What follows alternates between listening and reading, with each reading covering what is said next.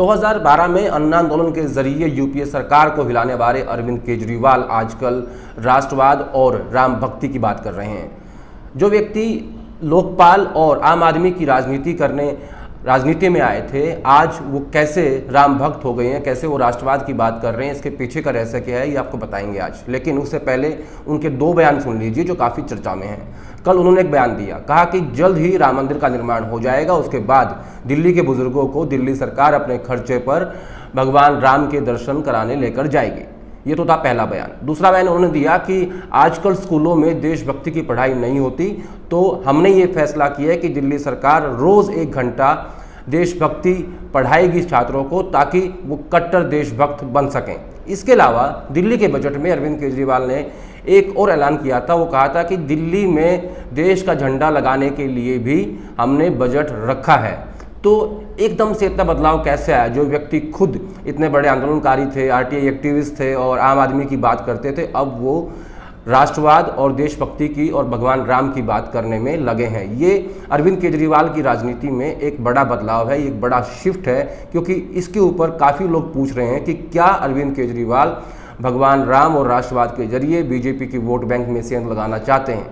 ये एक बड़ा सवाल है जो अपने आप में हर व्यक्ति एक दूसरे से पूछ रहा है। इसके अलावा जब अरविंद केजरीवाल दिल्ली के तीसरी बार मुख्यमंत्री बनने वाले थे, चुनाव चल रहा था, दिल्ली के दंगों पे उन्होंने कोई कमेंट नहीं किया। इसके अलावा शाहीन बाग में एक प्रोटेस्ट हो रहा था सीए एनआरसी को लेकर, जिसमें बहुत बड़ी आबादी मुस्लिमों की थी, वहाँ पे अरविंद केजरीवाल एक बार भी नहीं गए अपना समर्थन देने के लिए। उल्टा उन्होंने चुनाव के दौरान सब चैनल्स पर जाकर हनुमान चालीसा का पाठ किया, क्योंकि वो जानते थे कि अगर वो शाहीन बाग चले गए तो दिल्ली का जो हिंदू वोटर है वो उनसे नाराज़ हो सकता है। तो उन्होंने मेजॉरिटी को अपने साथ रखने की कोशिश की और माइनॉरिटी के साथ वो खड़े नहीं हुए।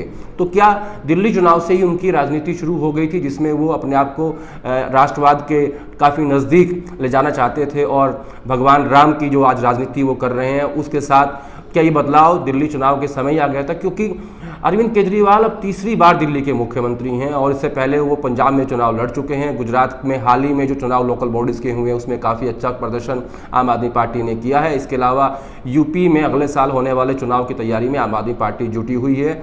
तो क्या भगवान राम के जरिए अरविंद केजरीवाल बीजेपी के वोट बैंक में सेंध लगाना चाहते हैं, या फिर अरविंद केजरीवाल खुद को विपक्ष या बीजेपी के विकल्प के तौर पर खड़ा करने में जुटे हुए हैं? क्योंकि कांग्रेस इसमें अभी तक विफल है, क्योंकि कांग्रेस खुद का झगड़ा निपटाने में लगी हुई है।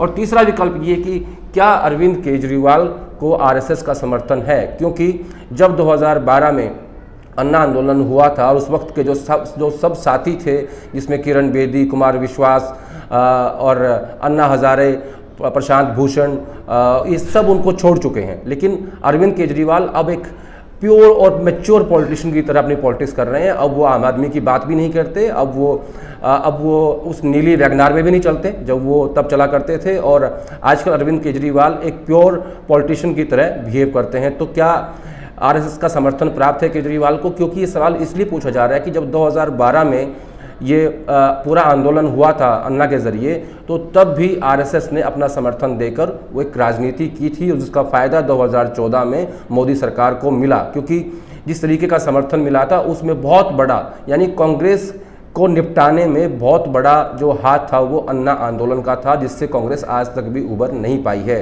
तो क्या राष्ट्रवादी और राम भक्त केजरीवाल अब खुद को विकल्प बनाना चाहते हैं बीजेपी का? और क्या इसमें अरविंद केजरीवाल के साथ आरएसएस भी है? इसके पीछे एक बड़ी वजह और भी है। जब 2014 में प्रधानमंत्री मोदी को पूर्ण समर्थन मिला, पूर्ण बहुमत मिला, उसके बाद 1 साल बाद जब दिल्ली में चुनाव होता है तो वहाँ आम आदमी पार्टी रिपीट होती है। और उसके बाद 2019 में भी ऐसा ही हुआ।